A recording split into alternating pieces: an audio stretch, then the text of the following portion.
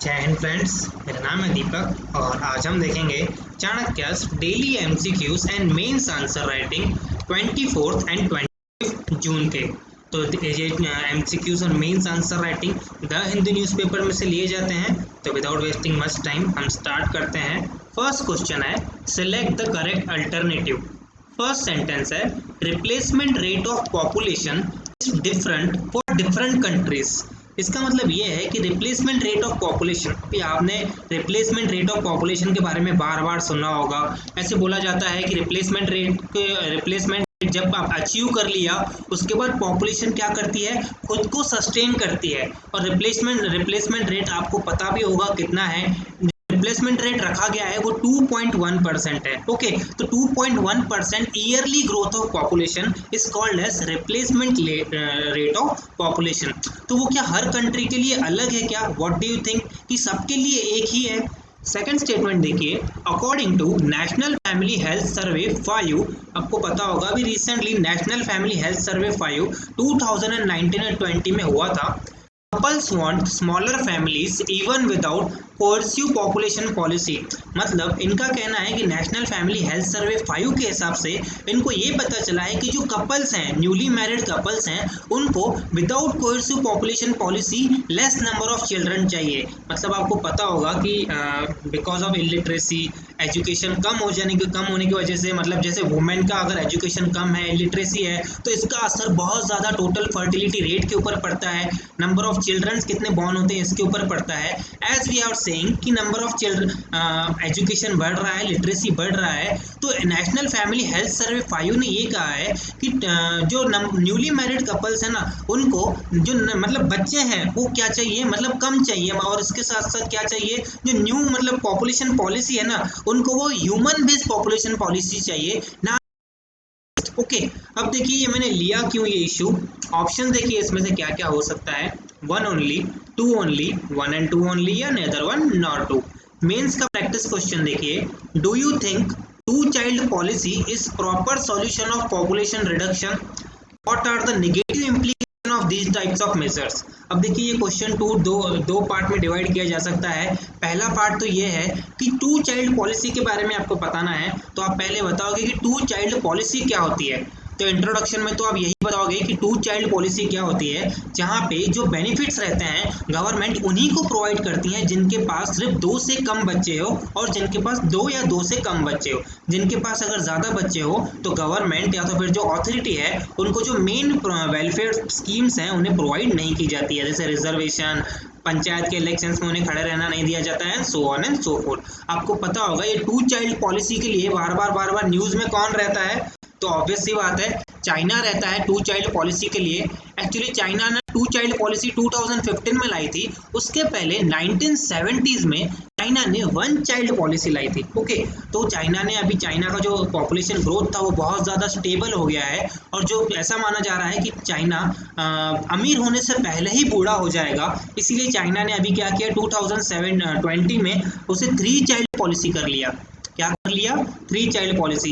Even after that वहाँ की जो कपल्स हैं उनको ना अभी बच्चे, मतलब ऐसा माना जाता है कि वहाँ की fertility rate even after that बढ़ नहीं रही है, और कपल्स अभी भी वन चाइल्ड पॉलिसी ही प्रेफर करते हैं। तो क्या आपको पहले तो बताना है कि टू चाइल्ड पॉलिसी एक प्रॉपर सॉल्यूशन है क्या? तो ऑब्वियस सी बात नहीं है, ये डेमोक्रेटिक राइट्स को छीन लेता है। और उसके बाद आपको बताना है what are the negative implications. अब इसके बहुत ज़्यादा नेगेटिव इम्प्लीकेशंस होते हैं। अब आपको पता है इंडिया में सन मेटा प्रेफरेंस कितना चलता है कि पहला जो चाइल्ड है उनको कौन सा चाहिए रहता है, इसको फैमिलीज़ को, पेरेंट्स को हमेशा सन चाहिए रहता है। तो वो क्या करते हैं, जब तक सन नहीं होता है तब तक वो क्या करते रहते हैं, फर्टिलिटी, मतलब वो तब तक मतलब बच्चे पैदा करते रहते हैं। ऐसा भी बहुत बार होता है। तो सन मेटा प्रेफरेंस इंडिया में बहुत ज़्यादा है। इसकी वजह से क्या होता है, अगर टू चाइल्ड पॉलिसी रही ना तो उसमें क्या होगा, जो सेक्स रेट है ना वो बहुत ज़्यादा कम जाएगा, और ये डॉटर्स के लिए और वुमेन के लिए बहुत ज़्यादा नेगेटिव इम्प्लाई करेगा। तो ऐसे आपको बहुत सारे क्या बनाने हैं, नेगेटिव आउटकम्स भी बताने हैं इसके। अब देखिए ये इशू क्यों लिया मैंने आखिर, तो Assam two child policy will stall development. अब देखिए fertility rate is below national average से कोरिलेशन ऑफ ग्रुप। अब आपको पता असम के चीफ मिनिस्टर ने ना क्या किया है, 2 चाइल्ड पॉलिसी को एक्सेप्टेंस दे दिया है। और अभी एक ग्रुप है, कोएलिशन ऑफ ग्रुप का है, उनका ये कहना है कि असम का जो ग्रोथ रेट है ना, फर्टिलिटी रेट, वो पहले ही 1.9% है, जो कि रिप्लेसमेंट लेवल से भी क्या है, बहुत ज़्यादा नीचे है। तो इसलिए असम को पॉपुलेशन कंट्रोल की अभी कोई भी ज़रूरत नहीं है। असम की पॉपुलेशन क्या, अभी देखिए आपको पता होगा, असम की पॉपुलेशन जो है ना, वो सबसे ज़्यादा बढ़ रही है बिकॉज ऑफ द माइग्रेशन। कहाँ से माइग्रेशन होता है, बांग्लादेश से ज़्यादा माइग्रेशन होता है, इसीलिए वहाँ की डेमोग्राफी भी चेंज होती जा रही है। ओके, तो इसलिए इनको क्या टेंशन हो रही है कि यहाँ की पॉपुलेशन क्या हो रही है, बढ़ती जा रही है, बढ़ती जा रही है, यहाँ की डेमोग्राफी भी बढ़ती जा रही है। इसको नज़र में रखते हुए इन्होंने क्या किया है, 2 चाइल्ड पॉलिसी लाई है। लेकिन कोएलिशन फॉर पॉपुलेशन इस ग्रुप का इनका कहना है कि आप ऐसा अगर करोगे तो वुमेन्स के जो रिप्रोडक्टिव राइट्स हैं, वुमेन के जो अधिकार है, वो बहुत ज़्यादा कम हो जाएंगे। उसके साथ साथ क्या होगा, डोमेस्टिक वायलेंस बढ़ जाएगा, सन मेटा प्रेफरेंस बढ़ जाएगा, असम के जो सेक्स रेट्स हैं वो बहुत ज़्यादा कम हो जाएंगे, सेक्स रेशियो जो है वो क्या हो जाएंगे, बहुत ज़्यादा कम हो जाएंगे, and so on and so forth. अब देखिए 2 चाइल्ड पॉलिसी में होता क्या है, adopt the 2 child policy for availing benefits under the government scheme will hurt the poorest beside hindering the development goals of the state. अब देखिए उसमें क्या, 2 चाइल्ड पॉलिसी के अंतर्गत ये किया गया कि जो वेलफेयर स्कीम्स हैं गवर्नमेंट की, वो सिर्फ उन्हीं को मिलेगी, या तो फिर गवर्नमेंट की जॉब्स हैं सिर्फ उन्हीं को मिलेगी जिनके पास 2 या 2 से कम बच्चे हैं। अब देखिए इससे क्या होगा, अगर कोई पंचायत के इलेक्शन में आपने ये क्राइटेरिया लगा दिया तो ऑब्वियस सी बात है, जिनके पास बहुत ज़्यादा बच्चे हैं, जिनके पास मतलब 2 या 3 से ज़्यादा बच्चे हैं, तो वो डायरेक्टली क्या हो जाएंगे, एलिमिनेट हो जाएंगे पीडीएस सिस्टम से। जिनको सबसे ज़्यादा मदद चाहिए, जिनको सबसे ज़्यादा मतलब ऑब्वियस सी बात है, जिनके बच्चे ज़्यादा हैं उनको सबसे ज़्यादा मदद चाहिए, मॉलन्यूट्रिशन वहाँ ज़्यादा होगा, इलिटरेसी वहाँ ज़्यादा होगी। इसलिए आपको कैसे वहाँ पे मेजर्स लाने चाहिए, तो आप ये कहाँ लिखोगे, वे फॉरवर्ड में लिखोगे कि हमें ना ह्यूमैनिटी बेस्ड पॉलिसी चाहिए जो कि क्या करे, वेलफेयर ओरिएंटेड हो। वो इलिटरेसी कम करने में, लिटरेसी बढ़ाने में, वुमेन की एजुकेशन बढ़ाने में, वुमेन को जितने ज़्यादा एम्प्लॉयमेंट अपॉर्चुनिटीज प्रोवाइड करने में, ऐसी हम पॉलिसीज अगर लाएंगे तो पॉपुलेशन ग्रोथ जो है वो हमारा ऑटोमेटिकली कंट्रोल होगा। हमें कोएर्सिव पॉपुलेशन पॉलिसीज जैसे स्टेरिलाइजेशंस, ये चीज़ें लाने की हमें ज़रूरत नहीं पड़ेगी।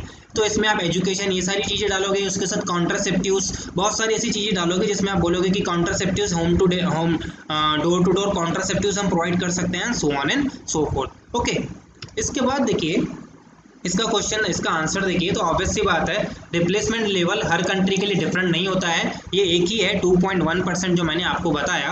तो फर्स्ट स्टेटमेंट तो यहाँ पे रॉन्ग हो जाता है, और सेकंड स्टेटमेंट बिल्कुल भी सही है। नेशनल फैमिली हेल्थ सर्वे 5 के हिसाब से उन्होंने कहा है कि जो न्यू कपल्स है ना, उनको कोएर्सिव पॉपुलेशन पॉलिसी नहीं चाहिए, और वो कम बच्चे ही क्या करते हैं, प्रेफर करते हैं। इसके बाद देखिए mains practice question, technology needs a feminist angle to be inclusive, informed and responsive to diversity comment। अब इसका मतलब ये है कि जो टेक्नोलॉजी है ना, उसको हमें थोड़ा बहुत फेमिनिस्ट एंगल प्रोवाइड करना चाहिए in order to make it inclusive. उसको इंक्लूसिव अगर बनाना है, इन्फॉर्म बनाना है, उसके साथ साथ रिस्पॉन्सिव बनाना है ना, डिफरेंट कम्युनिटीज़ की, डिफरेंट डाइवर्सिटीज़ की, डिफरेंट सेक्शंस की नीड के हिसाब से, तो क्या करना चाहिए, टेक्नोलॉजी को हमें थोड़ा फेमिनिस्ट बनाना होगा। तो इसमें अभी आपको कमेंट दिया गया है, दिस मीन्स कि आपको क्या बताना है, अपना ओपिनियन बताना है। कमेंट का मतलब होता है कि पहले आप उसके परफेक्ट एंगल्स बताइए, कि उसको आप सपोर्ट कीजिए पॉइंट्स को, कि हाँ ये स्टेटमेंट को सपोर्ट कीजिए, उसके बाद लास्ट में आप क्या करेंगे, अपना एक ओपिनियन इसमें बताओगे। ओके, क्वेश्चन एमसीक्यू देखिए, select the correct alternative.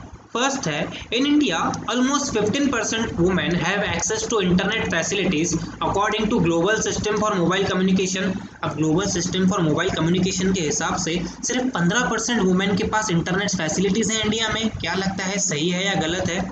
Second statement देखिए, the internet accessibility is more in urban areas then in rural areas. मतलब जो इंटरनेट अवेलेबिलिटी है, एक्सेसिबिलिटी है, वो अर्बन एरियाज में ज़्यादा है as compare to rural areas.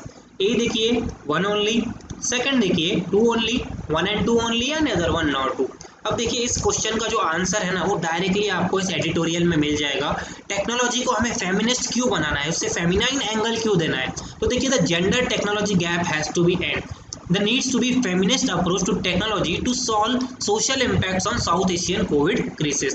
अब इनका कहना है जो हमारी टेक्नोलॉजी है ना, उसने वुमेन को हमेशा पूरी की तरह से बाहर रखा है, क्योंकि ये जो टेक्नोलॉजीज़ है ना वो पूरी की पूरी मेन को ध्यान में रख के क्या की गई है, बनाई गई हैं। इसमें उन्होंने बहुत सारे एग्जाम्पल दिए हैं, जैसे कि वुमेन की जो मोबाइल फ़ोन है उसमें हमने इमरजेंसी बटन नहीं रखा है। Emergency button in the sense अभी आने शुरू हो गए हैं, जिसके तहत क्या होता है कि अगर आप वुमेन ने जैसा ही वो इमरजेंसी बटन दबाया तो जो सिक्योरिटी एजेंसीज होती हैं जैसे पुलिस, लॉ इन्फोर्समेंट एजेंसीज, उनके पास डायरेक्टली कॉन्टैक्ट लोकेशन चली जाती है और वो क्या हो जाते हैं, अलर्ट हो जाते हैं। तो ये क्या ही मतलब जो सोशल प्रॉब्लम है, जैसे कि हम बोलते हैं स्टेयरिंग, बहुत सारी ऐसे वुमेन के लिए स्पेस बहुत कम है, तो ऐसी प्रॉब्लम्स को हटाने के लिए हमें लॉ इन्फोर्समेंट एजेंसीज की मदद चाहिए रहती है। तो हम क्या कर सकते हैं, with the help of technology ये प्रॉब्लम्स हैं इसे सॉल्व कर सकते हैं। अब देखिए उन्होंने बताया है कि किस प्रकार वुमेन्स ना पहले ही इस फ्रेमवर्क से बहुत ज़्यादा बाहर हैं। तो ये आप डायरेक्टली इंट्रोडक्शन में यूज़ कर सकते हो कि अकॉर्डिंग टू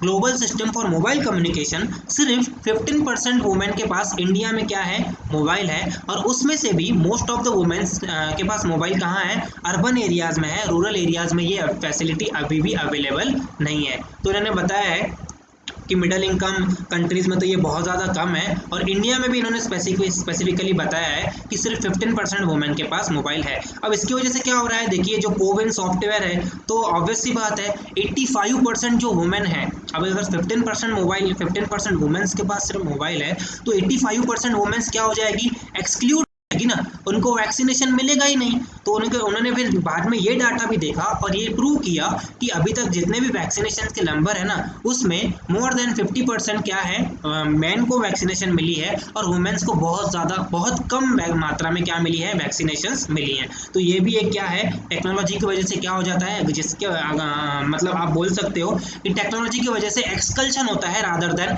इंकल्शन। हम क्या करना कोशिश करते हैं, टेक्नोलॉजी से हम इंकल्शन बढ़ाने की कोशिश करते हैं। हम ये सोचते हैं कि टेक्नोलॉजी आएगी तो ज़्यादा से ज़्यादा लोगों तक ये वेलफेयर की जो स्कीम है वो जाएगी, लेकिन इसकी वजह से क्या हो रहा है, वुमेन्स क्या हो रही हैं, एक्सक्लूड हो रही हैं। अब उन्होंने बताया है कि होता क्या है, रूरल एरियाज में भी अगर किसी के पास एक मोबाइल है तो ऑब्वियस सी बात है वो मैन के पास होगी और वुमेन उसका इस्तेमाल नहीं करती है। इवन आफ्टर दैट उन्होंने दूसरा एग्जाम्पल भी बताया है कि अगर एजुकेशन में भी अगर आप डिजिटल एजुकेशन मोबाइल के थ्रू प्रोवाइड कर रहे हो तो ऑब्वियस सी बात है वो वुमेन को मोबाइल नहीं मिलने वाला है, वो किसको मिलेगा, मैन को ही मिलने वाला है। तो ये सारी चीज़ें आप इसमें बताओगे कि किस प्रकार टेक्नोलॉजी जो है वो मैन ड्राइवन है, सिर्फ वुमेन को क्या रखा गया है, उससे एक्सक्लूड रखा गया है। तो उन्होंने LGBTQ के ए के बारे में भी बताया है, और इनका कहना है कि बाद में उन्होंने बताया कि टेक्नोलॉजी होनी चाहिए, मतलब टेक्नोलॉजी को इस प्रकार से मोल्ड करना कि वो क्या हो, वुमेन के राइट्स के हिसाब से क्या हो, सस्टेनेबल हो सके। जैसे कि इनका कहना है कि 2016 तक हमें डिजिटल डिवाइड, उसके साथ साथ डिजिटल लिटरेसी, फेमिनिस्ट टेक्नोलॉजी, उसमें innovation and support women leadership as innovators, हम ये सारी चीज़ें क्या करनी चाहिए, इसमें लानी चाहिए। उसके साथ जो स्टेम फील्ड रहती हैं जिसको हम कहते हैं science, technology, engineering and mathematics, इस फील्ड में भी क्या होगा, अगर हम डिजिटल डिवाइड बिल्ड करते हैं, डिजिटल लिटरेसी अगर बढ़ाते हैं, जैसे गवर्नमेंट ऑफ इंडिया ने दिशा प्रोग्राम लॉन्च किया था, उसके तहत डिजिटल लिटरेसी बढ़ाने का काम कर रही थी गवर्नमेंट। तो ये जब डिजिटल गैप फिल होता है ना, तो क्या होता है, ऑब्वियस सी बात है, वुमेन का जो अप्रोच होता है वो लाइफ के प्रति चेंज हो जाता है, और वो ऐसी फील्ड्स में भी आती हैं जो कि क्या है, मैन डोमिनेटेड फील्ड्स हैं। ओके, तो इसीलिए इनका कहना है कि आप क्या कीजिए, जो मोबाइल फ़ोन टेक्नोलॉजी है या जो भी टेक्नोलॉजी है इन जनरल, उसे आप क्या कीजिए, फेमिनिस्ट एंगल से क्या कीजिए, नए तौर से बनाने की कोशिश कीजिए। ओके, तो ये फर्स्ट स्टेटमेंट यहाँ पे बिल्कुल भी सही है, और सेकंड स्टेटमेंट भी यहाँ पे सही है। इसका आंसर है सी, 1 और 2। 15% according to global system for mobile Communication ने कहा है कि 15% वुमेन के पास क्या है, मोबाइल है, और इंटरनेट एक्सेसिबिलिटी अर्बन एरियाज में ज़्यादा है as compare to rural areas. Third question देखिए, select the correct statement from the following. First है, the term central government is not mention in constitution. क्या लगता है, सेंट्रल गवर्नमेंट टर्म कॉन्स्टिट्यूशन में mention है या नहीं है? सेकंड देखिए, constitution defines central government as the president after commencement of the constitution। और दूसरे में इन्होंने बताया है सेकंड स्टेटमेंट में कि कॉन्स्टिट्यूशन डिफाइन करता है सेंट्रल गवर्नमेंट को as a president after the commencement of the constitution. जैसे कि जो कॉन्स्टिट्यूशन है वो इम्प्लीमेंट हो गया, उसके बाद सेंट्रल गवर्नमेंट का मतलब प्रेसिडेंट होगा। ये क्या कॉन्स्टिट्यूशन ने डिफाइन किया है? ऑप्शन देखिए, A 1 only, 2 only, 1 and 2, and neither 1 nor 2। Fourth question देखिए, select the incorrect about Indian federalism. अब आपको इसमें इनकरेक्ट स्टेटमेंट क्या करना है, चूज करना है। तो देखिए क्वेश्चन पढ़ना बहुत ज़्यादा इंपॉर्टेंट होता है। कभी कभी हम डायरेक्टली फ्लो में चले जाते हैं और हम हर चीज़ को ना करेक्ट ही सोचना स्टार्ट कर देते हैं कि correct from the Indian federalism. लेकिन ये पढ़ना बहुत ज़्यादा इंपॉर्टेंट है कि कभी कभी लिखा रहता है विच of the following is not correct, which of the following will not be applicable, ऐसे बहुत सारे क्वेश्चंस आते हैं। तो इसीलिए कभी कभी हो जाता है ऐसा कि हम उसको चूज कर देते हैं, उसके बाद हम सर्कल करने के बाद हमें याद होता है कि यार हमने बहुत बड़ी गलती कर दी, हमारे 2 मार्क्स चले गए। इसलिए ये बहुत ज़्यादा इंपॉर्टेंट है कि आप ऐसी चीज़ों को, जो सिली मिस्टेक्स है ना, जो ह्यूमन एरर्स है ना, उसको कम से कम करें। और इसमें हम क्या बताते हैं, इसी में हम, यही मेरा इंपॉर्टेंट ये रहता है, आपका मेरा गोल रहता है कि आप सिली मिस्टेक्स कम करें और जहाँ पे आपको चीज़ें आती हैं ना उसके ऊपर आपको पूरे के पूरे मार्क्स मिलने चाहिए। ओके, तो यहाँ पे आपको इंडियन फेडरलिज्म के बारे में इनकरेक्ट स्टेटमेंट चूज करना है। ये देखिए, इंडियन इंडिस्ट्रक्टेबल, जो इंडिया का यूनियन है वो इंडिस्ट्रक्टेबल है, कभी तोड़ा नहीं जा सकता है। बी देखिए, the federation is union because it is indestructible, जो फेडरेशन है इंडिया का वो यूनियन है बिकॉज इट इज इंडेस्ट्रक्टेबल, उसे तोड़ा नहीं जाता है इसीलिए वो यूनियन है। क्या लगता है ये सही है कि गलत है? सी देखिए, the union has dominant authority over states, जो यूनियन है इंडिया का उसकी अथॉरिटी जो है वो डोमिनेंट अथॉरिटी है स्टेट्स के ऊपर, मतलब स्टेट्स जो हैं वो सबऑर्डिनेट अथॉरिटी हैं सेंट्रल गवर्नमेंट की या तो फिर यूनियन गवर्नमेंट की। क्या लगता है सही है या गलत है? या D, high courts are subordinate bodies of supreme court, क्या लगता है जो हाई कोर्ट है वो सबऑर्डिनेट बॉडीज है क्या सुप्रीम कोर्ट की? क्या लगता है सही है या गलत है? तो देखिए, the union government has unifying effect, the term centre is absent in the constitution as the constituent assembly on centralising power. तो ऑब्वियस सी बात है, सेंट्रल गवर्नमेंट कहीं पे भी कॉन्स्टिट्यूशन में नहीं दिया गया है। कॉन्स्टिट्यूशन क्या यूज करता है आर्टिकल 1 में, India that is Bharat shall be the union of states, मतलब वो क्या है, यूनियन ऑफ स्टेट्स है। और यूनियन ऑफ स्टेट्स क्यों है? क्योंकि वो ऑब्वियस सी बात है इंडिस्ट्रक्टेबल है। हमारे जो छोटे छोटे पार्ट्स है ना उन्होंने साथ आके एक कोऑपरेटिव बड़ा सा फेडरलिज्म तैयार नहीं किया है हमारे यूनियन ने। मतलब हमारा जो यूनियन है ना, आप उसको बाप भी बोल सकते हो, बाप इन द सेंस पापा भी बोल सकते हो, बाप भी बोल सकते हो, जिस जो आप प्रेफर करते हो।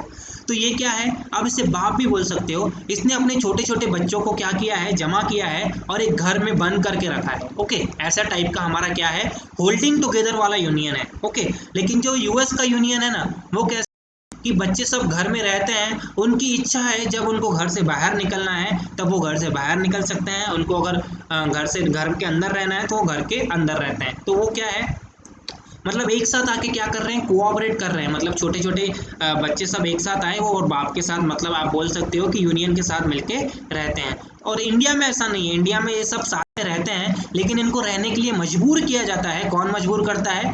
बाप मजबूर करता है, ऐसा आप बोल सकते हो। ये घर से बाहर नहीं निकल सकते हैं, इसीलिए क्या है, इंडिया का जो यूनियन है ना इट इज़ इनडिस्ट्रक्टेबल। तो ये बिल्कुल भी सही है, ये भी बिल्कुल भी सही है। Okay, the union has dominant authority over states, आपको पता है जैसे शेड्यूल 7th में भी दिया गया है। इसके ऊपर बहुत ज़्यादा वो भी हो सकता है। हाई कोर्ट्स और subordinate bodies of supreme court, तो ये हम यहाँ पे डिस्कस करते हैं। अब इन्होंने बताया कि central government the constitution disappoint, मतलब कॉन्स्टिट्यूशन में आपको जो भी 444 आर्टिकल्स है ना उसमें आपको कहीं पे भी यूनियन के बारे में नहीं मिलेगा। तो ये फर्स्ट स्टेटमेंट यहाँ पे क्या हो जाता है, गलत हो जाता है। और यूनियन को इन्होंने बताया है कि कहाँ पे डिस्क्राइब किया गया है कि जो सेंट्रल गवर्नमेंट है ना, सेंट्रल गवर्नमेंट को एक एक्ट है जिसके अंतर्गत इन्होंने क्या किया है, इसका नाम है central government in the constitution the general clauses act 1897। मतलब सेंट्रल गवर्नमेंट को जब ब्रिटिश गवर्नमेंट ने 1897 का एक्ट लाया था ना उसके अंतर्गत सेंट्रल गवर्नमेंट को क्या किया था, डिफाइन किया गया था। तो ये भी स्टेटमेंट यहाँ पे क्या हो जाता है, गलत हो जाता है, क्योंकि कॉन्स्टिट्यूशन ने कहीं पे भी सेंट्रल गवर्नमेंट को क्या नहीं किया है, डिफाइन नहीं किया है, कहीं पे भी मेंशन नहीं किया है। इसलिए इसका आंसर क्या है, डी, नेदर 1 नॉर 2। अब इनका कहना है कि इंडिया का यूनियन इंडिस्ट्रक्टेबल है। उसके साथ साथ उन्होंने बहुत सारी चीज़ें बताई है कि इंडिया यूनियन ऑफ स्टेट्स हैं। The federation is union because it is indestructible, Ambedkar ने ये कहा था। उसके साथ उन्होंने बताया कि जो फेडरलिज्म है ना वो सिर्फ यहाँ पे भी आपको दिखता है, जुडिशियरी में भी आपको दिखता है। The judiciary is design in the constitution to ensure that the supreme court the tallest court in the country has no superintendence over the high court. इसका मतलब सुप्रीम कोर्ट का सुपरिटेंडेंस नहीं है high court, but also other courts and tribunal, they are not declared to be subordinate to it. Okay, वो subordinate bodies नहीं है। तो अभी यहाँ पे आप बोल सकते हो कि union has dominant authority over states, ये बिल्कुल सही है।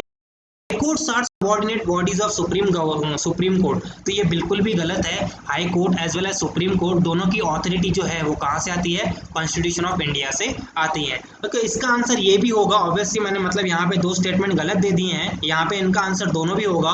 जो यूनियन है ना वो भी डोमिनेंट नहीं है। यूनियन और स्टेट दोनों भी जो इनकी ऑथोरिटी जो है ना वो कहाँ से आती है? कॉन्स्टिट्यूशन ऑफ इंडिया से आती है। तो इसके आंसर यहाँ पे 2 होंगे और मैंने गलती से मतलब ऐसे 2 इनकरेक्ट स्टेटमेंट यहाँ पे दे दिए हैं। The union has dominant authority over states, तो ये बिल्कुल गलत है। यूनियन की डोमिनेंट अथॉरिटी नहीं रहती है। यूनियन की अथॉरिटी और स्टेट्स की अथॉरिटी दोनों की क्या है? सेम है, क्योंकि दोनों का अधिकार कहाँ से आता है? कॉन्स्टिट्यूशन ऑफ इंडिया से आता है। ओके, फिफ्थ क्वेश्चन देखिए, select the correct alternative. First है prison is a state list of 7th schedule of Indian constitution. जो प्रिजन्स हैं वो स्टेट लिस्ट में आता है क्या? 7th schedule of Indian constitution में? Article 22 allows preventive detention of individuals for up to 2 years without a trial. Article 22 in preventive detention को allow करता है क्या? मतलब 2 साल तक विदाउट किसी ट्रायल के वो किसी को भी अंदर कर सकते हैं। ऑप्शन देखिए 1 ओनली, 2 ओनली, 1 and 2 या neither 1 nor 2। अब देखिए उन्होंने कहा कि हमें प्रिजनर्स के राइट्स को बचाना चाहिए। ऐसे बहुत बार हुआ है कि पब्लिक सेफ्टी एक्ट के तहत जो जम्मू कश्मीर के बहुत सारे डेमोक्रेटिक लोग थे उनको क्या कर दिया गया था? अंदर कर दिया गया था प्रिवेंटिव डिटेंशन के नाम पे। तो मैंने बताया आर्टिकल 22 क्या करता है? अलो करता है किसी भी इंडिविजुअल को आप प्रिवेंटिव डिटेंशन के तहत विदाउट ट्रायल 2 साल तक क्या कर सकते हो? अंदर रख सकते हो। तो ये क्या है? Against the right to life है इनका कहना है। दूसरी बात की जो प्रिजनर्स है ना इंडिया में क्या है? ओवर क्राउडिंग है। मतलब अगर 100 जनों की स्पेस है ना तो वहाँ पे पहले ही 150 जनों को क्या कर दिया है? इन्होंने बंद करके रख दिया है। तो इसकी वजह से क्या हो जाता है? बिकॉज ऑफ हाई डेंसिटी, अगर ज़्यादा से ज़्यादा डेंसिटी बढ़ती जाएगी तो ऑब्वियसली बात क्या होगी? कोरोना की जो केसेस हैं, कोरोना का जो संक्रमण है वो यहाँ पे बढ़ने के चांसेस सबसे ज़्यादा बढ़ सकती है। तो इनका कहना है कि हम क्या करें? प्रिजन रिफॉर्म्स लाएं और जितना जल्दी हो सके हम प्रिजन्स को अंडर क्राउडिंग करें, मतलब वहाँ उनको क्राउडिंग कम करें। और जो मोस्ट ऑफ द प्रिजनर्स है ना यहाँ पे वो कौन है आपको पता है? अंडर ट्रायल्स है। अंडर ट्रायल्स है मतलब उनका अभी तक ट्रायल नहीं हुआ है। ऐसे मोर देन 70% प्रिजनर्स क्या है? अंडर ट्रायल्स हैं। मतलब आप ऐसा बोल सकते हो कि 150 में से आप लगभग 80 से 90 प्रिजनर्स को क्या कर सकते हो? वहां से निकाल सकते हो। तो जो प्रिजन्स हैं वो किस में आता है? 7th शेड्यूल में, किस स्टेट लिस्ट में आता है? तो इसका आंसर क्या है? C 1 and 2 only. इसके बाद देखिए 6 नंबर का question, delimitation commission for bifurcation of boundaries for elections is constituted by which of the following.